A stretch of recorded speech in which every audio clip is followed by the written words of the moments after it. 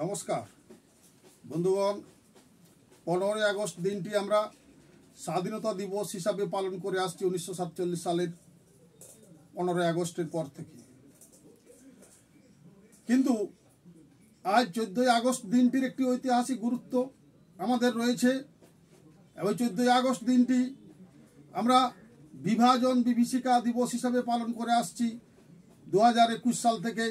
আমাদের প্রধানমন্ত্রী মাননীয় নরেন্দ্র মোদীজি 2021 সালের 14ই আগস্ট দিনটি থেকে বিভাজন বিভীষিকা দিবস হিসাবে পালন করে আসার আমরা দেশবাসী পালন করে আসছি। এই দিবসটির তাৎপর্য কি, এই দিবসটির ঐতিহাসিক গুরুত্ব কি, তা আমাদের দেশের ইতিহাসে সে অর্থে উল্লেখ করা হয়নি। এটা নরেন্দ্র মোদীজি প্রথম উপলব্ধি করেছিলেন, তাই 14ই আগস্ট দিনটি আমাদের কাছে আমাদের তার ঐতিহাসিক ব্যাখ্যা তিনি উল্লেখ করেছেন।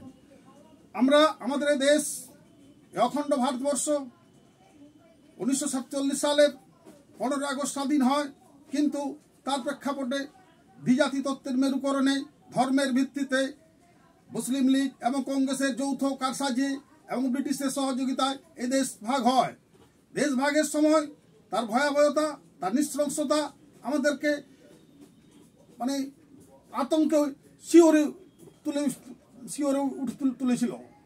তার ভয়াবহের গভীরতা উপলব্ধি করে এই দিনটি তাৎপর্য নরেন্দ্র মোদীজি আমাদের সামনে প্রথম তুলে ধরেছেন।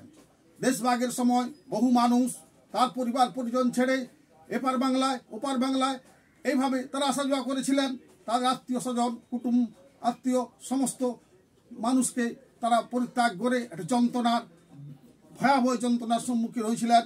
বহু মানুষ মারা গিয়েছিলেন, বহু সেই যে তার বিভীষিকাময় যন্ত্রণা দেশভাগের, সেই জন্য এই দিনটি আমরা বিভাজন বিভীষিকা দিবস হিসাবে পালন করে আসছি। এই দিনটি আমাদের মনের গভীর যে ক্ষত, সেই ক্ষতটা উল্লেখ করে আমরা এই দিনটি বিভাজন বিভীষিকা দিবস হিসেবে পালন করে আসছি, যেটা আমরা অতীতে কোনো প্রধানমন্ত্রী আমাদের দেশের কোনো প্রধানমন্ত্রী এটাকে উল্লেখ করেননি। আমি আপনাদের কাছে আবেদন অনুরোধ জানাচ্ছি, আসুন 14ই আগস্ট দিনটি আমরা স্বাধীনতার কথা উল্লেখ করে যে বিভাজন বিভীষিকা হয়েছিল সেটাকে উল্লেখ করে আজকে বিভাজন বিভীষিকা স্মৃতি দিবস হিসাবে পালন করি। নমস্কার।